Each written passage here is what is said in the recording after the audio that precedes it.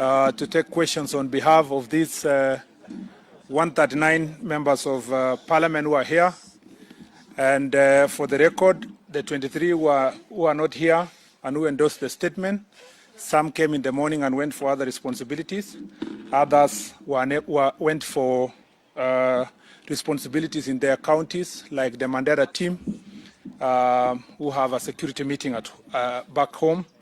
And so the total of us were 162 who endorsed the statement, but it's only 139 who are available here for this statement here. We will take 4 questions, and then because this is a statement that has been endorsed by others, we don't want to deviate from the statement. So I'll take 4 questions, and those 4 questions should be relevant to the subject that we have raised here. Chemutai? 4. Another person so that I count NTV, KTN, and Ebro. On behalf. Kama sijapik mtu mwingine mpatie maswali yenu yeye hawa waulize. Proceed. Well, can hear. Volume.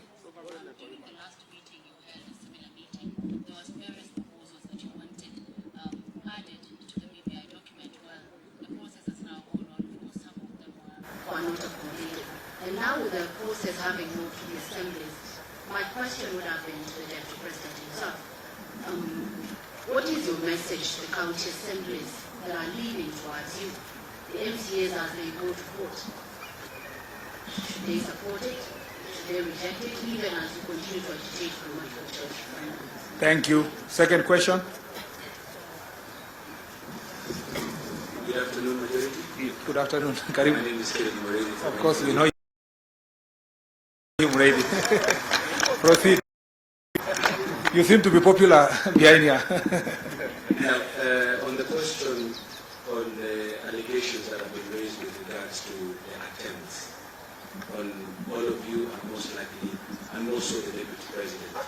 Probably, if you're sharing the list as you've shared with authorities, we also want to share it with us, because some of them are very grave and they will need some substantiation.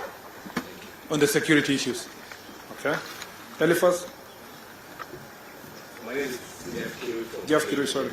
Yes. My question is regarding Parliament is expected to resume tomorrow, and there are 2 bills which are actually crucial in this BBI exercise. That is the referendum bill by JYC and the referendum bill by the data.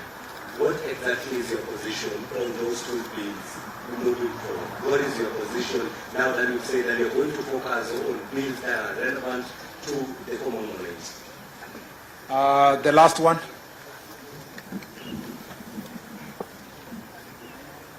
I'm Amber from Edward today. The question was actually being directed to the President.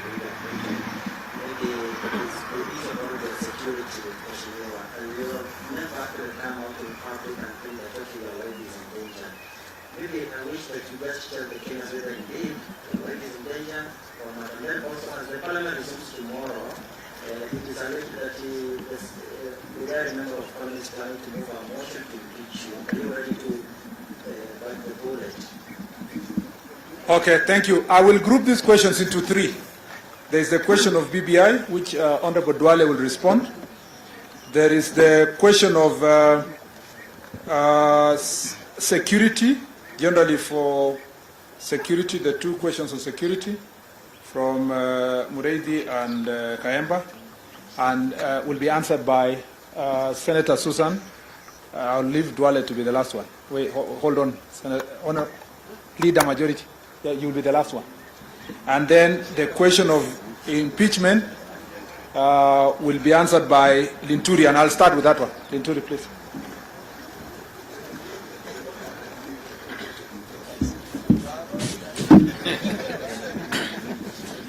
Yeah,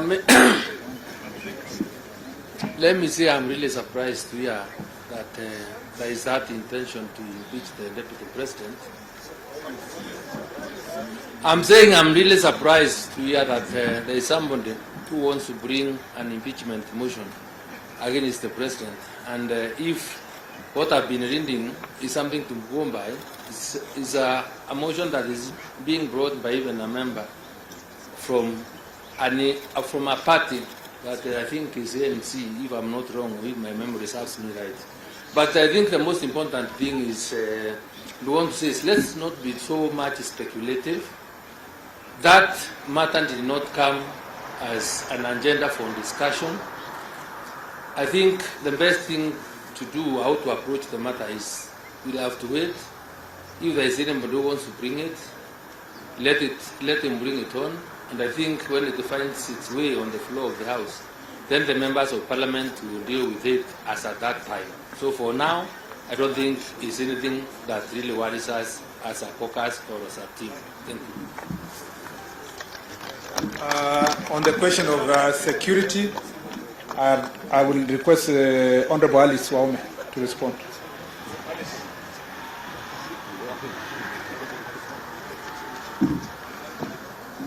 Members of the press, I have been asked to answer the question on security.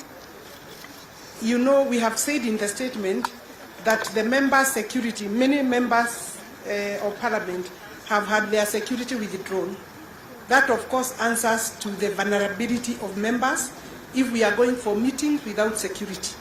And we have called upon the relevant office of the IG to take into account and provide security as and when members of Parliament and even this team is having their political meetings or any other meetings elsewhere or within the country.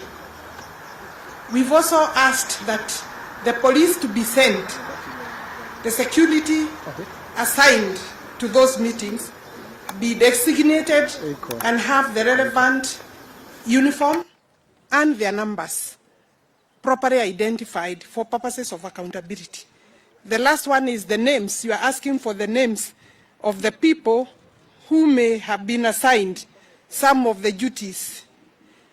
Obviously, we have, you know that if we were to give you the names, then we would be preempting the investigations, and the relevant officers have been given the necessary full details and information of those people, and we have also called for the disbandment of the unit.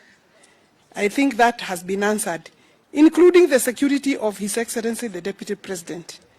Once the security is not sufficient, I think you obviously can tell that then the issue is not tidy. Thank you very much.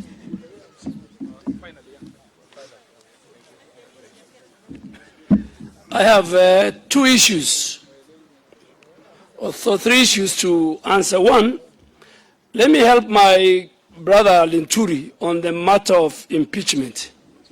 An impeachment of a deputy president, from my experience as a former leader of majority, who was there when Amos Kimunya was impeached, who was there when Moses Wetangula was impeached, who was there when Minister Kaimenyi survived. I was there when the process of impeaching Anne Waiguru was there. It's not a birthday party. It's not a walk in the path. And you look at the person who is driving this. You go dissect Ayub Savula. And then you understand that the carrier of the matter doesn't deserve a comment. But let me tell you for free. Let me tell you for free. And I want to tell them and dare them. I want to dare them. Let them not discuss the impeachment of the deputy president in bars, in funerals, in the apartments of their girlfriends. Let them bring it to the floor of the House, starting tomorrow, Tuesday, when the House resumes. So we dare them, whether, here, we are telling them, all of them, the ODM, the ANC, the Wiper, the Kelewe case, please go sit somewhere, bring the impeachment. We are ready for you. On the issue of BBI, we said it's not our priority, it's not a priority for the country. We have said it that consensus is the route so that we don't have a divisive referendum that divides the country. But our competitors are the architects of ethnic mobilization, ethnic and regional balkanization. Their intention is to divide the country.